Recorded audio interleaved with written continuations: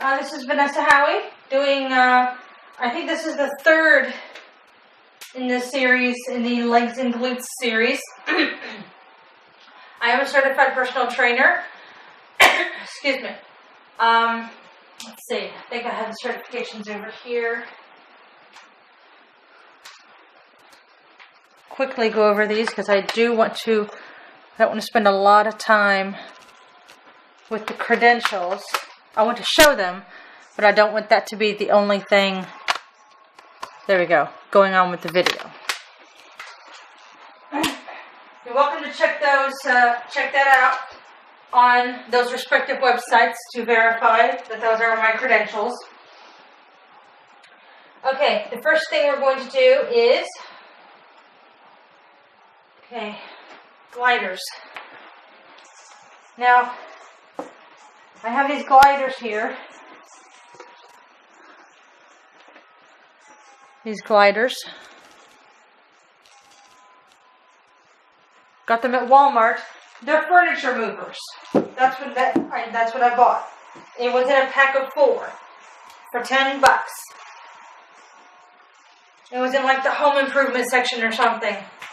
If you go to the workout section and they have the green discs that say sliders or something on it, gliders, those cost like $50. These, $10 for a set of 4.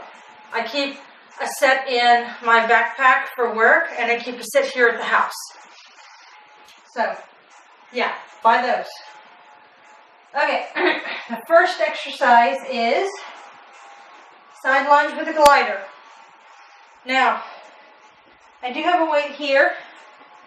Ordinarily, I'd say have a pair of weights in your hands. And in order to remind yourself of which side you're working on, I tell my clients to put the weights close to that leg.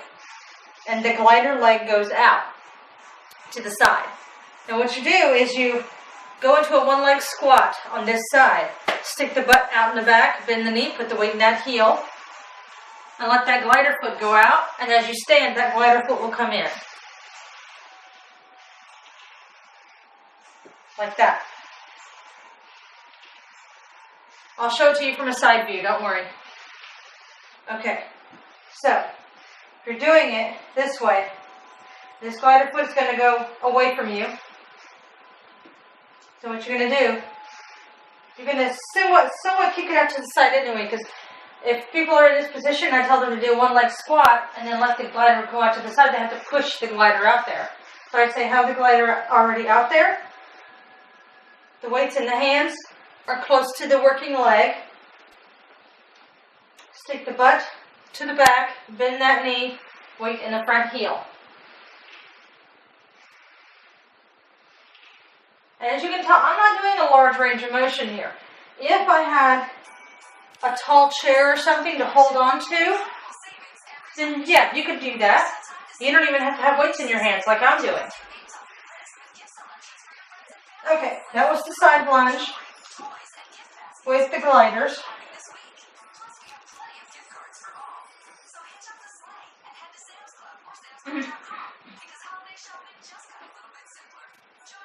Yeah, sorry about that ad. I'm listening to Spotify as I'm doing this. Okay, see. Okay, reverse lunge with the knee lift. No equipment is necessary for this. Yay. Okay. Now, the back leg will be working because the front one is going to be doing a knee lift. So, starting here, I'm going to tap this toe to let myself know it goes back and then comes up. So going into a lunge, reverse lunge, and then knee up. Reverse lunge, knee up. Bending to both knees, stick that booty out there, weight in that front heel. Okay, that's your move. Okay. Now, apparently I'm getting far enough down on the page where I'm like, where did I go? Alright. Crossover lunges. I'll do this front. Because if I do it to the side, you may not be able to see the crossing over that I do.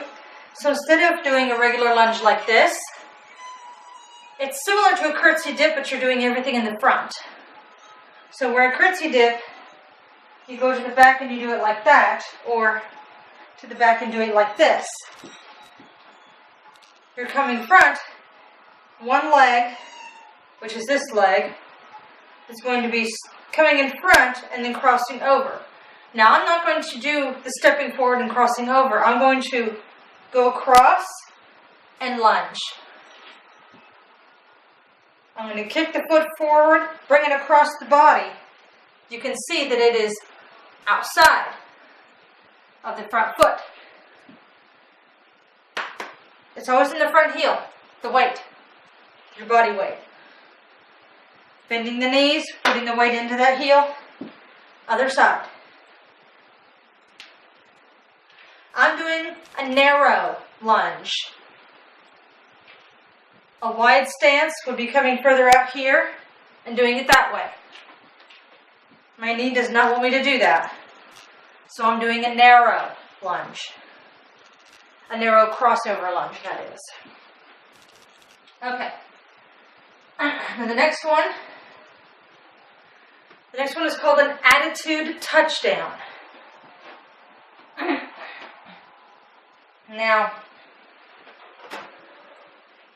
I'll use this step here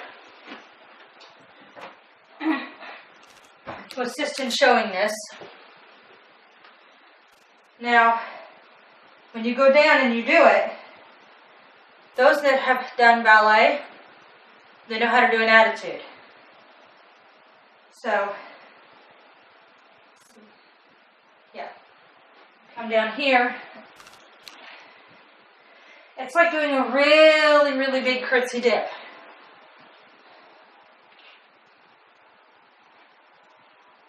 Oh, excuse me, I'm just doing the first part. Hang on. I just now remembered, I'm sorry. So you do this, and then you lift up. You come down. There. I was like, there was something going on with the legs and the hands in the air that I couldn't remember. Sorry about that. That's why I'm showing you this side angle here, because if I show you in the front, you'll be like, what?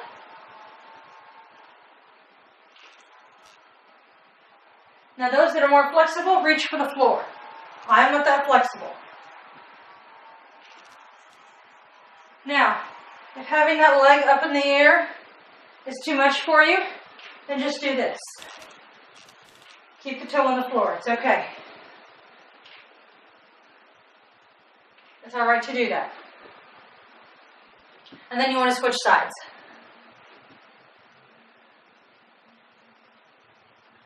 Okay. Now, we do lunges on the other side of the Bosu. This is fun. Well,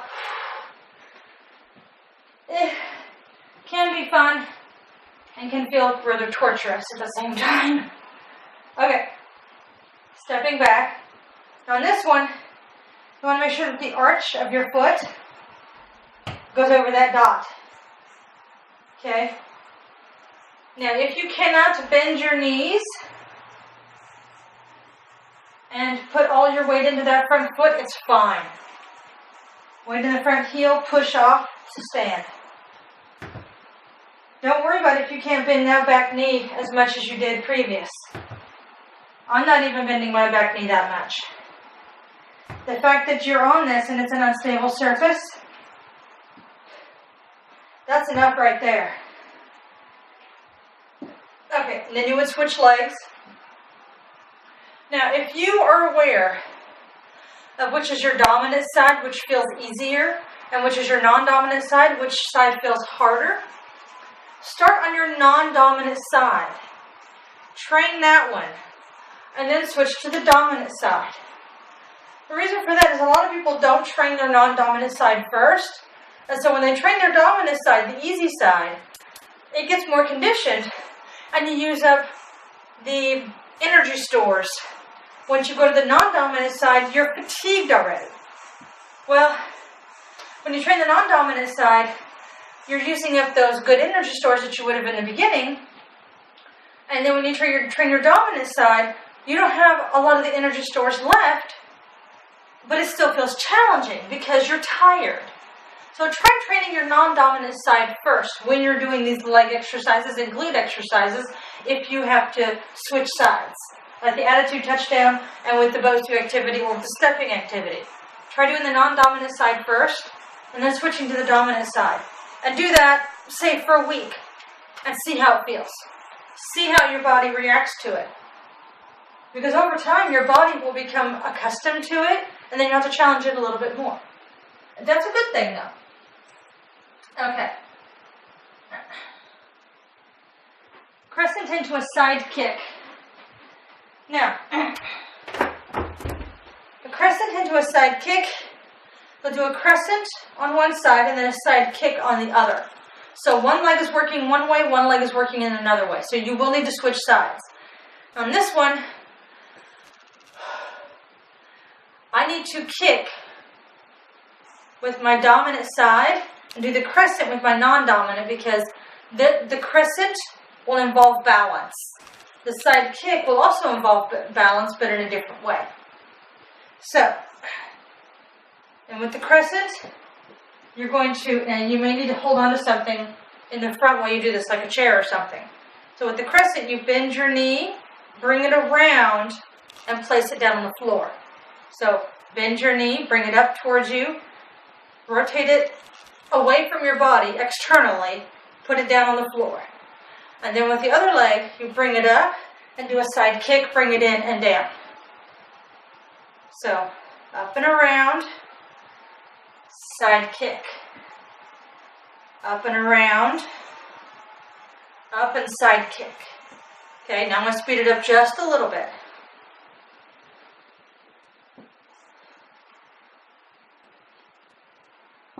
If you need something to hold on to, there. Okay? And then on the other side, it would be that. Okay? Standing side kick. Take the crescent out. That same concept. So, what you would do, I'm going to place my weight on this leg. This is my weak leg. This is the leg that does not do good with balance. Ironically, because this is the ankle that I sprained many years ago. And I worked on that one. Now this one says, I'm not doing anything.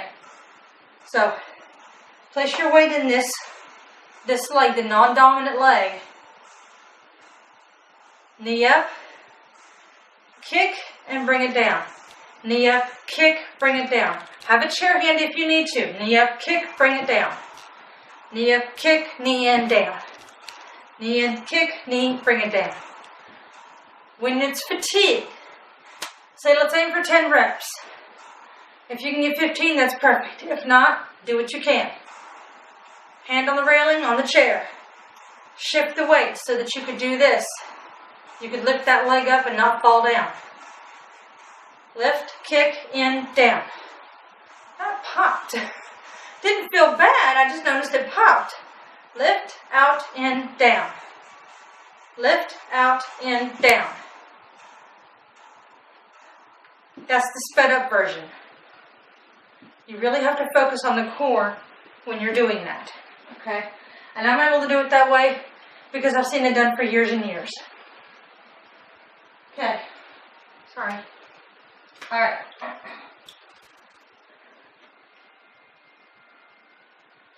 Okay. A side step up on the bench, on a bench. It says 12 inches or higher. This is 14 inches, the back bench. The one that's in front is at 8 inch. If you can get somewhere in between, that's okay. For me, it's either 8 inches or 14. I just don't have a bench height unless I go over and step on the bricks that are over there. And I don't feel very comfortable stepping on the bricks.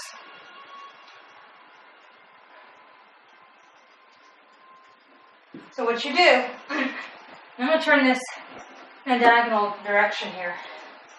So you're going to start off the back, stepping up and down. Now if you're having a difficult time even getting up to the 8-inch height, do a 6-inch platform. That's fine. Or even a 4-inch. If your knees are really bothering you and you can't even do a 4-inch, or you've been told not to by your physical therapist or physician, doing this motion here. Still bending the knees if they tell you to do so, and doing a step touch. Okay, that will work as well. You just won't get the elevation and heart rate from the step height. And then switching sides. So start on the non-dominant. So the one stepping onto the step should be the weaker side. One more exercise. One more exercise. Let me double check that. I want to make sure I'm not telling you a falsehood here. Yes. One more exercise. All right.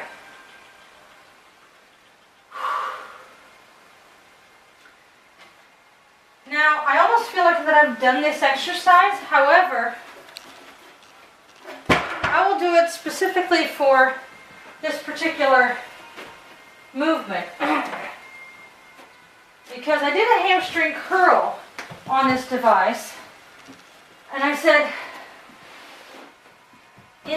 with that exercise, whether it was today or yesterday, and it was probably today, that if you couldn't curl your legs in, to just hold yourself up there, which was a bridge position. But I'll show it to you again like this. Okay, so what you're going to do, I place my hands close to my torso so that I don't want to press my hands into the floor. So, walk the feet out a little bit. Push into the heel. 1, 2, 3, and down. 1, 2, 3, and down. When you push into the heel, that allows you to lift your butt up into the air to get into that bridge. 1, 2, 3, and down. 1, 2, 3, and down. Wow. That will work the glute and the hamstrings, primarily that glute though. Now, working the hamstrings will be this bending motion here, but it does not mean that some of the hamstrings will not be involved in stabilization. Oh, well, that was the end of the legs and glutes video. I will very shortly be doing a chest video, exercises that are for the chest. Hope you enjoyed this one. I think this was the third in the leg and glute series. If you enjoyed it, subscribe if you haven't already. If you have subscribed, please click the like button at the bottom. Leave comments, and if you have questions, you're welcome to ask them to me. I have no problem with that. And if I've omitted certain information that you thought was that should have been put into the video, please let me know. Send me a comment, send me a message on Facebook or whatever. Let me know. Okay, I'm open to other people's interpretations of what I do.